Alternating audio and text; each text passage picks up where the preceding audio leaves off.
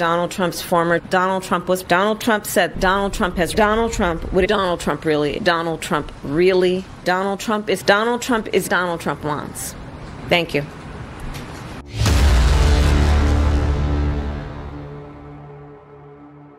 All right, so the last time we saw Kamala Harris get irritated was when she was on Fox News. That didn't go very well, okay? She's now has a new interview with NBC, and it didn't go well either. She didn't answer questions as usual. She was very irritated, you could tell, and annoyed by some of the questions that the interviewer was asking her. So what we're going to do is take a look at this interview. Now, one of the most effective campaign ads that the Trump campaign has been running is on the taxpayer funding of transgender surgeries for inmates in prison. Here's her response to that question. Do you believe that transgender Americans should have access to gender-affirming care in this country? I believe we should follow the law. I mean, I think you're probably pointing to the fact that Donald Trump's campaign has spent tens of millions of dollars. They're trying to define you on this. Yes, I'm asking you to define yourself, though. Just broadly speaking, what is your value? Do you believe they should have that access? I believe that people, as the law states, even on this issue about federal law, that is a decision that doctors will make in terms of what is medically necessary. I'm not going to put myself in the position of a doctor. Okay, so you're not going to put yourself in the position of a doctor, but you're on record for saying that you support this type of policy. So right now what you're doing is you're tap dancing, and it doesn't look good for any of the sides, whether you support it or you're against it. So there's a lack of clarity there. And guys, this is why she is an unlikable candidate. She won't give you a direct answer on anything. Now, what about Joe Biden's mental decline? I told you guys, this interviewer, she didn't hold anything back. I'll give them credit. She asked her about that, too. Can you say that you were honest with the American people about what you saw in those moments with President Biden as you were with him again and again, repeatedly in that time?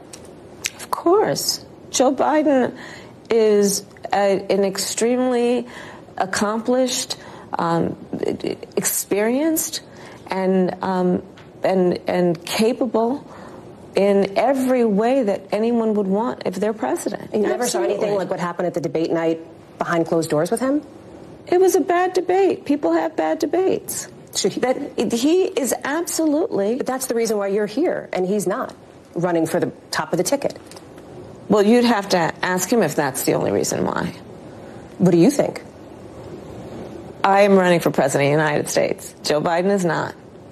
And my presidency will be about bringing a new generation of leadership to America that is focused on the work that we need to do to invest in the ambitions and aspirations of the American people. It's a judgment question. That's why I ask. Can the American people trust you in these moments, even when it's maybe uncomfortable for Americans to level with Americans in that way? So that's why I ask. And it sounds like what you're saying is you feel like you never saw anything like that from President Biden. I have worked with Joe Biden, hours and hours and hours over these 4 years, whether it be in the Situation Room or the Oval Office. Joe Biden is the one who was able to bring NATO together during a crisis where, for the first time in 70 years, Europe saw and has seen war. Joe Biden has done the work that has been about being a leader on what we have done to fix so much of what has been broken in terms of the economy because of Donald Trump's mismanagement. I speak with not only sincerity, but with a real firsthand account of watching him do this work. I have no reluctance in saying that. No, of course I don't.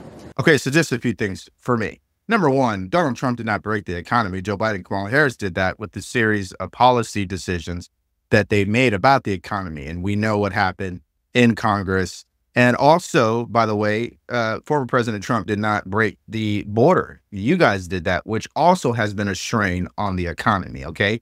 Former President Trump did not create those wars overseas, did not show a lack of power on the world stage, which led to Iran obviously becoming stronger, more financially richer in order to fund these terrorist acts. That didn't happen under Trump. That happened under your watch, Madam Vice President. So obviously no one's buying that, is my point. Now, I think one of the biggest bombshell questions this interviewer asked her, and, you know, again, I believe she was irritated during these interviews because this was not technically a softball interview. I think this was middle of the road. And this issue on abortion, I think, hits home, and it just shows you how radical Kamala Harris is, especially when you hear her answer on religious exemptions for abortion.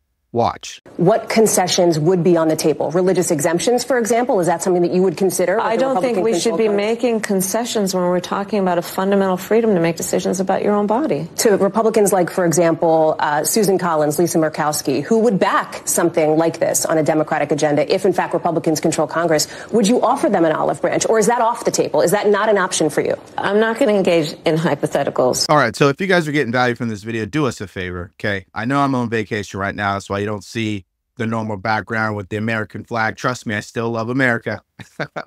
But like, share, and subscribe to this channel if you haven't already.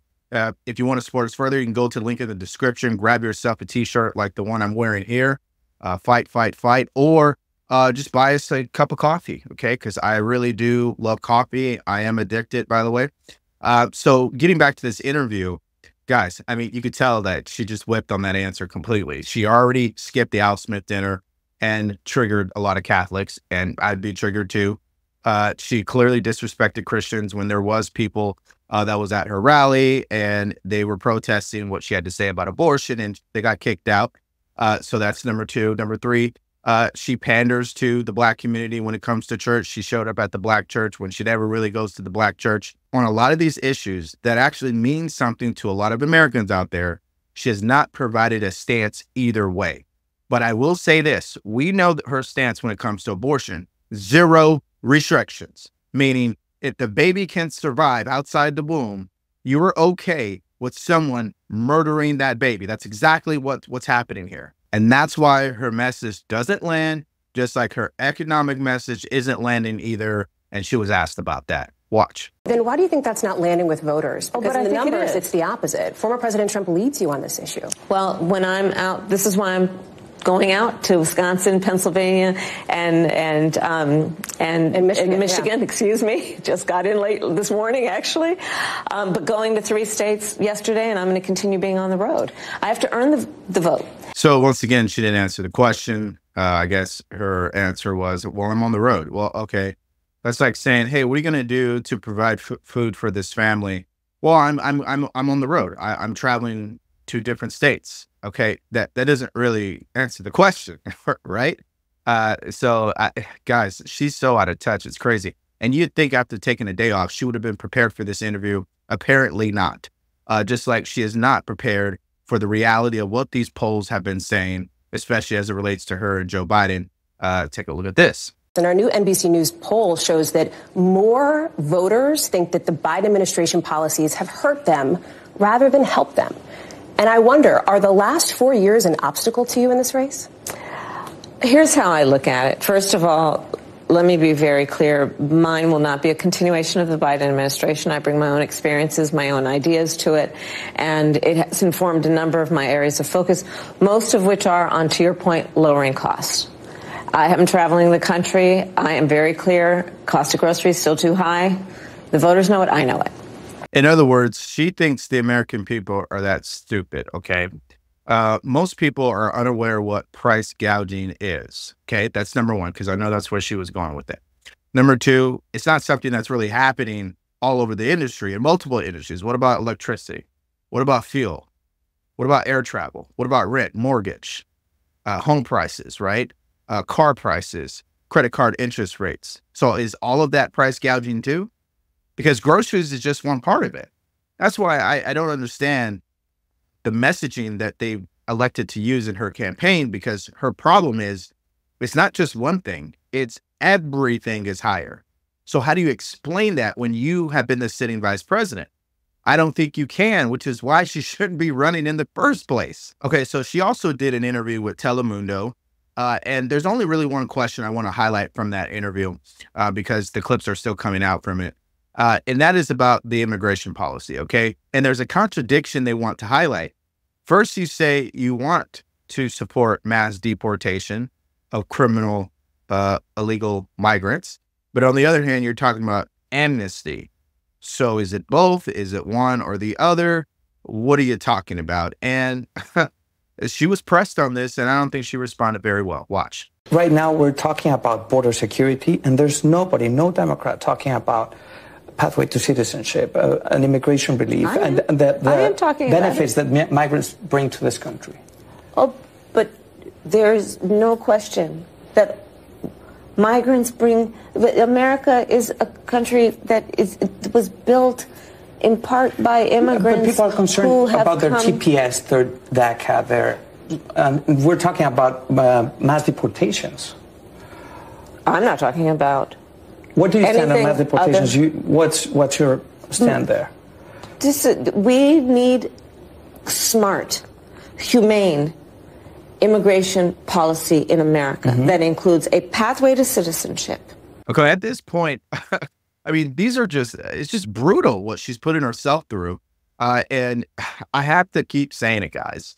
I think her campaign has been doomed from the start. She spent over $1 billion in advertising, and she's still losing. Tell me how that makes sense. I'll tell you how. Because she shouldn't be the candidate in the first place. All right? That's just the bottom line. And no, it's not because she's a woman or a person of color. It's because, lady, you are already part of the administration that everybody hates. Okay? You don't get a pass on that. I mean, that's just, it's crazy. They think they can get over on Americans just by saying, well, we're doing this and we want you to vote for us. And it doesn't matter if you understand our policies or not. It's because Trump is bad. I mean, that's what they want us to believe.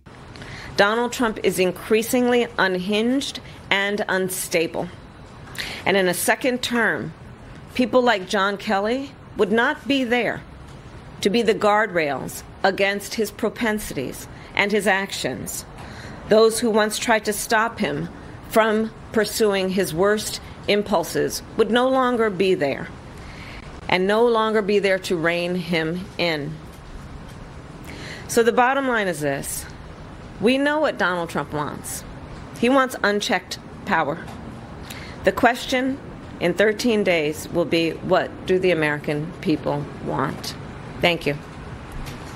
And it's not going to work because I think the real judge of whether a message is landing or not is just not in the polls, but with independents, because people on the right, people on the left, they're going to believe whatever their party tells them.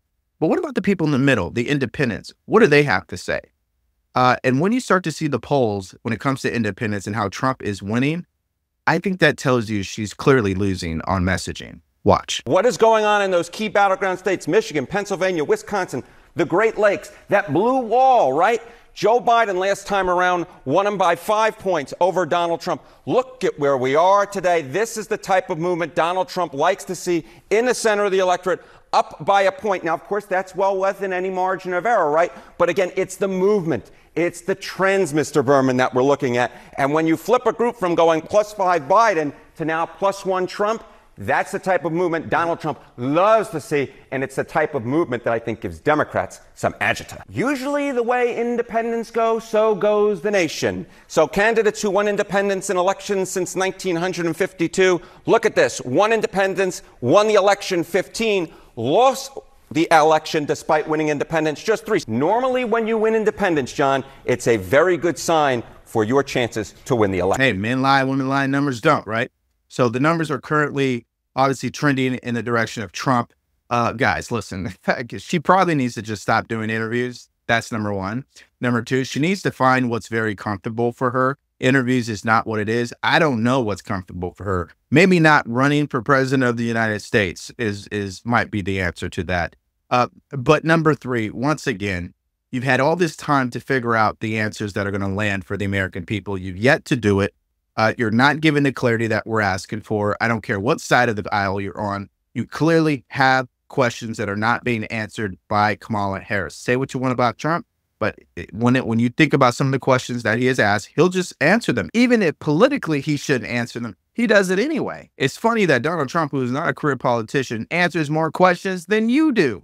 So that's what I have to say about this. And I just think this is a bad look again. Clearly she was irritated, and that's my opinion. What do you guys think about this interview from Kamala Harris? I think she bombed it. I want to know what your thoughts are. Did you see how irritated she got? What do you think about no religious exemptions on abortion? Crazy, right? And clearly overlooked Joe Biden's mental decline. She doesn't want to address that. Let me know what your thoughts are and more in the comment section below. And don't worry, if you want to see something else that was humiliating for Kamala Harris, Well, there is a video where she lost a huge endorsement that has never happened to a Democratic nominee. And if you want to check out that video, you can click on it because it's coming up right now.